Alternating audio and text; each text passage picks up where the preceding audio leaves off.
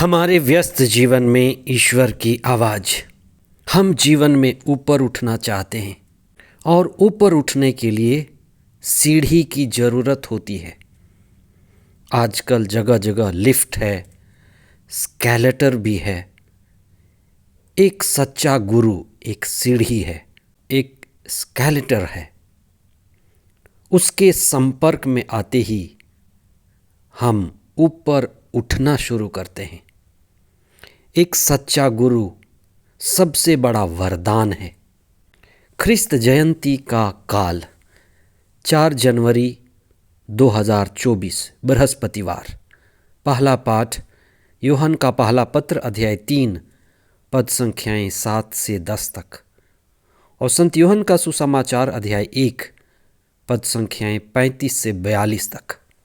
दो तरह के लोग हैं, एक होश में हैं, एक बेहोशी का जीवन जी रहे हैं।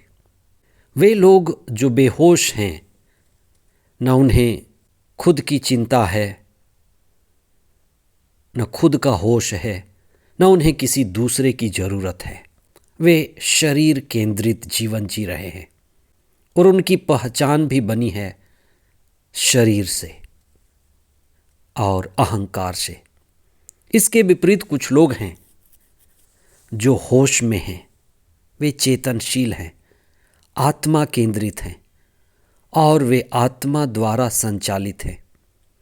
ये वे लोग हैं, वे जिंदगी में ऊपर उठना चाहते हैं, आध्यात्मिक संघर्ष में जूझ रहे हैं। इसी तरह के लोगों के लिए संत यूहन्ना कहते हैं कि वे दोबारा जन्म पाएंगे।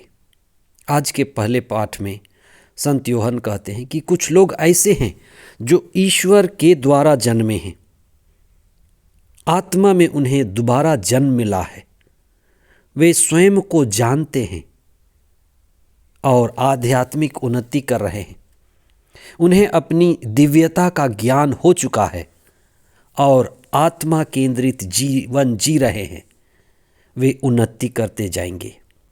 संत यूहन्ना अध्याय 3 पद संख्या 4 और उसके आगे लिखते हैं कि यदि तुम दोबारा जन्म नहीं लोगे तो स्वर्ग के राज में प्रवेश नहीं करोगे। दोबारा जन्म लेना का अर्थ है आत्मज्ञान, दिव्यता का ज्ञान। और आत्मज्ञान के बिना ईश्वरीय ज्ञान संभव नहीं है। हम खुद को बाईपास नहीं कर सकते। आध्यात्म स्वयं को और अधिक जानना है।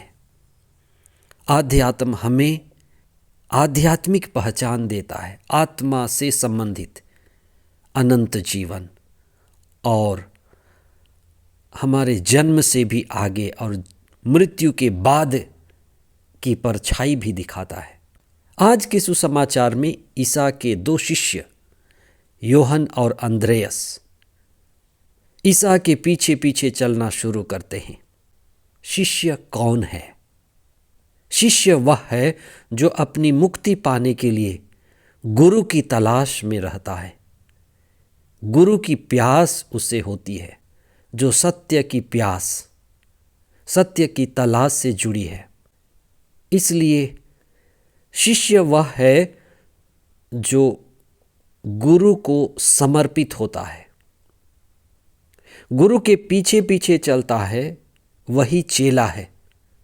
और इसलिए चलता है कि गुरु के पास जाकर उसे सत्य मिलेगा, प्रकाश पाएगा, मुक्ति का अनुभव मिलेगा। हम बिना माध्यम के ईश्वर को नहीं जान सकते। We cannot know God except through mediation. We know God except through mediation. हमें किसी न किसी माध्यम के द्वारा ही ईश्वर का पता चलता है। गुरु एक शक्तिशाली माध्यम है। संसार में गुरु सबसे शक्तिशाली माध्यम है जिसके द्वारा हम ईश्वर का अनुभव कर पाते हैं। इसीलिए ईसा हमारे लिए सर्वोत्तम गुरु बन गए। शिष्यों के लिए गुरु ईश्वर और उनके बीच में एक कड़ी है, एक सीढ़ी है। उत्पत्ति ग्रंथ में अध्याय 28 पद संख्या 12 और उसके आगे याकूब ने सपने में एक सीढ़ी देखी थी जिसमें दूत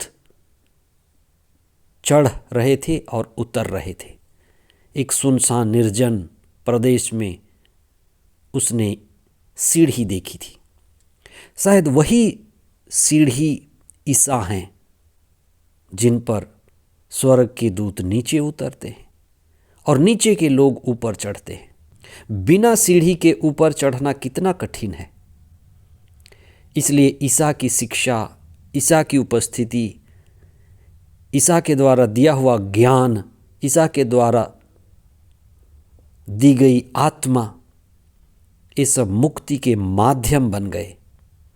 ईसा एक सद्गुरु और मुक्तिदाता जिनके संपर्क में हम ऊपर उठते हैं। इसलिए हम मौन होकर प्रार्थना करें, उनके दिव्य वचन को सुने, उस पर चिंतन करें, प्रार्थना के द्वारा उनसे संयुक्त हो जाए और हमारी चेतना जागेगी। और जब हमारी चेतना जागेगी तो हमें दिव्य दृष्टि और ईश्वरीय दृष्टि मिलेगी। हम उसी के लिए विशेष प्रार्थना करें जिससे हम आत्मा केंद्रित जीवन जी सके और आनंदित रह सके। आमीन।